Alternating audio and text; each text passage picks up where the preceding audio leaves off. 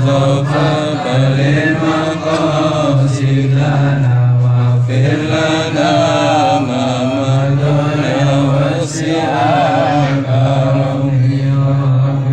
Am hasibtum, apakah kalian menyangka, apakah kita mengira andadhul jannata, bahwa kita itu akan masuk surga? Apakah kita menyangka, merasa bahwa kita akan masuk surga sebelum datang malapetaka, kesengsaraan, bahkan ujian yang sangat dahsyat kepada kita, sebagaimana dulu didatangkan kepada umat-umat sebelumnya, sehingga Rasul beserta orang-orang yang beriman pada saat itu sampai berkata, kapan pertolongan Allah itu datang? Lalu Allah menjawab, ala inna nasrallahi qarib, sesungguhnya pertolongan Allah itu sangat dekat. Jadi kalau kita belum diuji sampai dahsyat, itu sepertinya kok gampang banget kita masuk surga gitu ya. Padahal umat-umat sebelumnya itu luar biasa berat ya. Sebagaimana yang digambarkan di banyak ayat di dalam Al-Quran, Nabi Ibrahim diuji, ujiannya tidak masuk akal, disuruh menyembelih anaknya. Coba kalau itu perintahnya datang kepada kita, kira-kira gimana ya? Lah nggak usah jadi nabi deh kalau suruh bunuh anaknya gitu. Apa nabi-nabian begini? Udah angkat tangan, nggak usah jadi nabi. Masa nabi suruh membunuh anaknya sendiri ya? Kan nggak masuk akal ya. Tapi ternyata perintah itu harus dilaksanakan ya. Kalau diakal-akalin, dirasionalisasikan, itu nggak masuk akal, tidak. Tapi karena Allah ingin memberikan sesuatu di balik itu, ujiannya adalah hikmah di balik itu yang kita tidak bisa sampai akal kita. Ketika tentara Tolut itu orang Israel, dulu dijajah ya oleh Palestina. Dulu jadi Israel pernah dijajah oleh Palestina ya. Sekarang kebalik kan. Dulu itu Israel dijajah oleh Palestina. Pemimpinnya dihabisin sampai tentaranya habis. Ya. Lalu diangkatlah Tolut sebagai panglima orang-orang beriman saat itu. Ya. Disuruh berperang melawan penjajah yang dipimpin oleh Jalut. Jalut itu manusia raksasa besar sekali. Tentaranya banyak jumlahnya. Peralatan tempurnya komplit, lengkap. Sementara tentara orang beriman, Tolut itu tentaranya amatiran, baru direkrut. Mereka berjalan di atas padang pasir yang panas, sangat terik, berjalan mau menuju ke medan pertempuran. Lalu apa perintahnya dari Allah? Ya, jangan minum air di sungai itu. Kan lucu. Kan mau nyeberang sungai nih. Sudah kehausan, lelah, mau berperang nggak boleh minum. Coba bayangin. Kalau kita di situ, apa-apaan ini? Masa ya nggak masuk akal, nggak boleh minum. Bagaimana kita bisa berperang? Ya, nggak boleh minum air kecuali satu ceduk saja, satu celup tangan sekali minum, nggak boleh lebih. Banyak orang-orang beriman minumnya sampai kenyang karena nggak percaya apa-apaan itu, nggak masuk akal. Masa ujiannya begitu? Harusnya diinstruksikan kita bawa air untuk berperang, untuk berbekalan. Malah ini nggak boleh minum. Ya, akhirnya kebanyakan tentara Tolut itu minum, hanya sedikit saja yang nggak minum. Yang minum sedikit ya. Jadi kebanyakan minumnya sampai kenyang. Hanya sedikit sekali yang minumnya satu ciduk tangan. Lalu nyebrang sungai. Nah, hikmahnya apa? Ternyata orang-orang yang sudah kenyang itu, ya, begitu melihat tentara Jalut yang raksasa itu, pasukan besar, nyalinya ciut. Wah, kalau begini mah bunuh diri nih. Ngapain? Bunuh diri, balik mereka. Jadi tentara yang minum tadi malah pada kabur. Hanya tentara sebagian kecil saja. Di antaranya di situ ada Nabi Daud yang umurnya 13 tahun saat itu ya. Yang melanjutkan itu yang mereka minumnya cuma 1 ceduk ya. Mereka berkata apa? Kami min fiatin qalilatin halabat fiatan katsiratan biidznillah. Kata tentara yang sisa ini, yang sisa-sisanya bilang apa?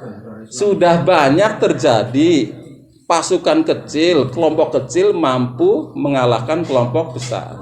Biidznillah, dengan izin Allah. Mereka berperang. Padahal jumlahnya sedikit nih. Sudah amatir, sedikit kehausan. Coba, ujiannya seperti itu. Begitu sampai kepada medan pertempuran, mereka berdoa, Rabbana afri alaina sobro wasabis aqdamana wangsurna alal qaumil kafirin. Ini doanya Ustaz Dadang nih. Rabbana afri alaina sobro. Ya Tuhan kami, berilah kami kesabaran. Wasabis aqdamana, dan teguhkanlah pendirian kami. Wangsurna alal qaumil kafirin, dan bantulah kami dalam menghadapi orang-orang kafir. Dan menang ya. Jadi pasukan kecil ini menang. Begitu ujiannya, nggak masuk akal ya. Dulu orang Israel pada zaman Nabi Musa juga diuji. Ini sengaja saya sampaikan biar nanti kita tahu ya pola-pola ujiannya ya, yang disampaikan dalam Al-Quran ya. Orang Israel kan terkenal pintar. Diuji tidak boleh ngambil ikan pada hari Sabtu. Ya. Karena hari Sabtu itu kalau kita sekarang namanya hari Jumat ya, Jumatan. Mereka juga harus beribadah. Jadi nggak boleh ngambil ikan di hari Sabtu. Ternyata justru di hari Sabtu itu Allah uji dengan datanya banyak ikan. Ikannya suru'au. Apa itu mumbul-mumbul. Jadi kalau hari Sabtu ikannya mumbul-mumbul. Kalau bukan hari Sabtu nggak ada ikan. Nah, mereka sepintas patuh dengan larangan itu ya. Karena mereka cerdas ya. Akhirnya apa? Mereka menyiasati, bikin perangkap. Kalau sekarang namanya apa ya? Kalau di sungai itu bumbu apa ya? Bumbu. Ya pasang bumbu. Ya. Jadi mereka pasang bumbu di hari Jumat, ngambilnya hari Minggu. Nggak ngangkat ikannya nggak hari Sabtu, nggak, kan pinter. Kan gitu kan? Perintahnya jangan ngambil ikan di hari Sabtu. Ini kayak pengacara lah, kan pinter kan? Diakalin nih. Loophole kalau bahasa Inggris ya. Celah-celahnya di mana nih? Kalau gitu kan? Oh, kalau gitu gampang kata mereka ya. Pasang perangkap hari Jumat, hari Sabtu ikan kejebak, tapi mereka tidak mengambil ikan di hari Sabtu. Dia ngambilnya hari Minggu. Itu. Tapi Allah tetap mengutuk mereka jadi kera. Karena dia ngakalin. Kita kan ajaran Islam banyak nih, karena diakalin nih. Yang menguntungkan kita ambil gitu. Ya kalau kita mungkin hari Jumat ya, hari Jumat. Nih kalau supir umpamanya kan, pas di hari Jumat itu order nyupir banyak kan gitu kan. Ini gimana nih, diambil nggak nih? Kalau bukan hari Jumat malah nggak ada.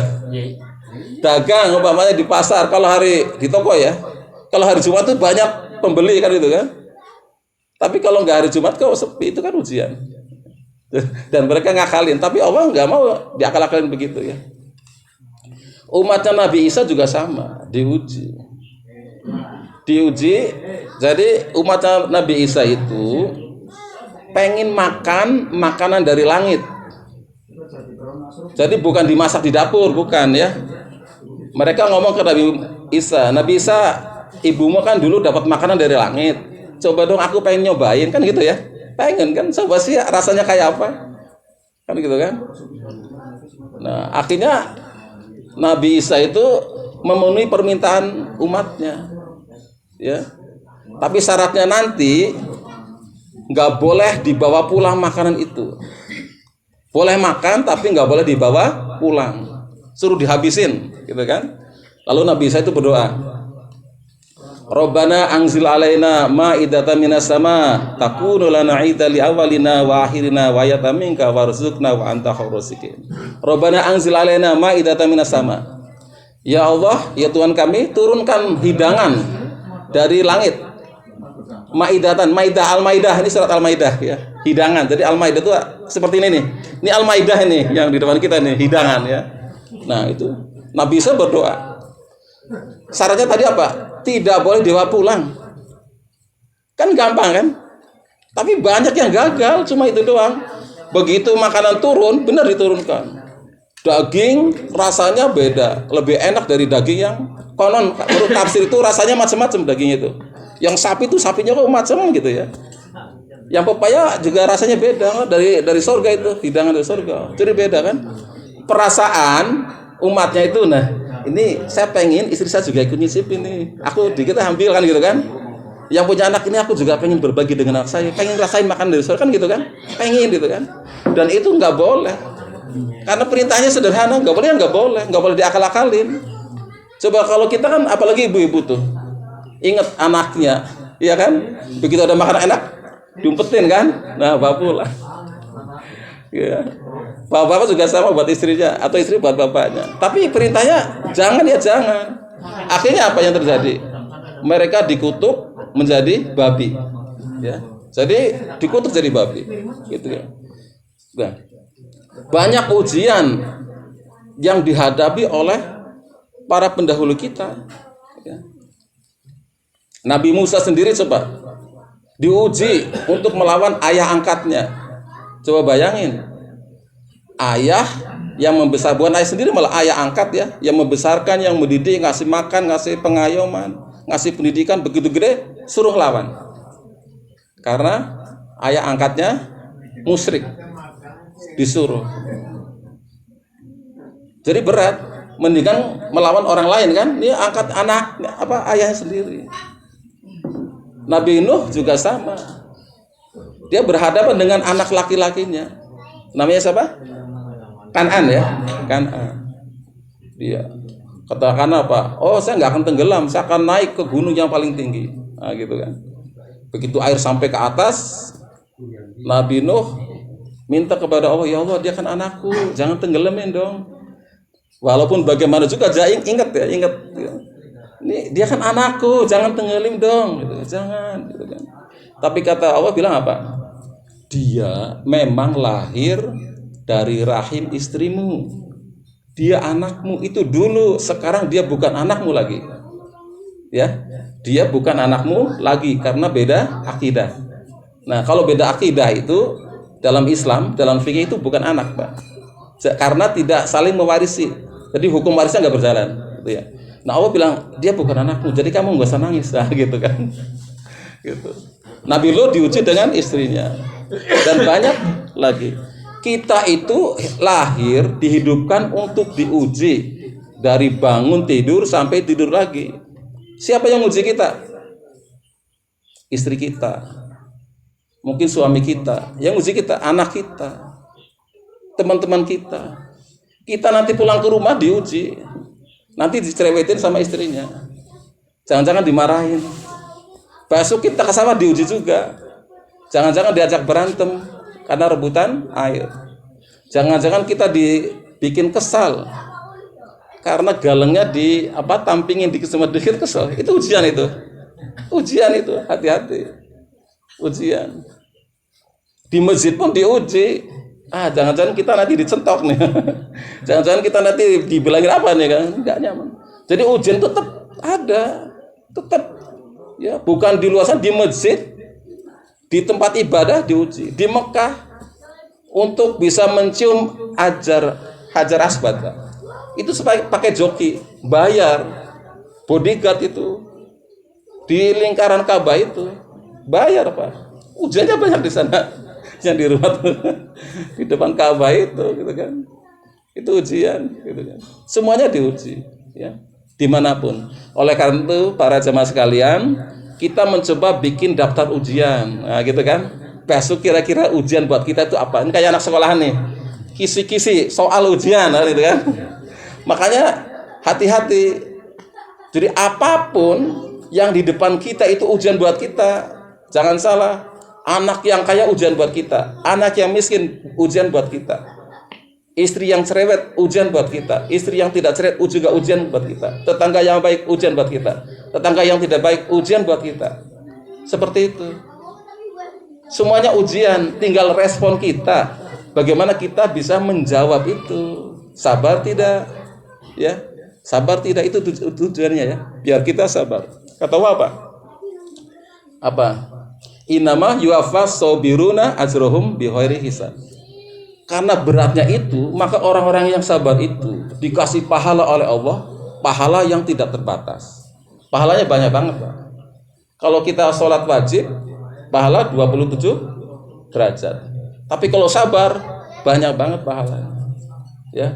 Jadi ingat bahwa apa yang ada di sekitar kita, walaupun anak kita sendiri, istri kita sendiri, teman kita, itu ujian buat kita. Mereka didatangkan oleh Allah untuk uji kita. Binatang yang kita ketemu setiap hari, kemanapun kita melihat, memandang, itu adalah bahan ujian buat kita. Maka berhati-hatilah dalam menghadapi ujian.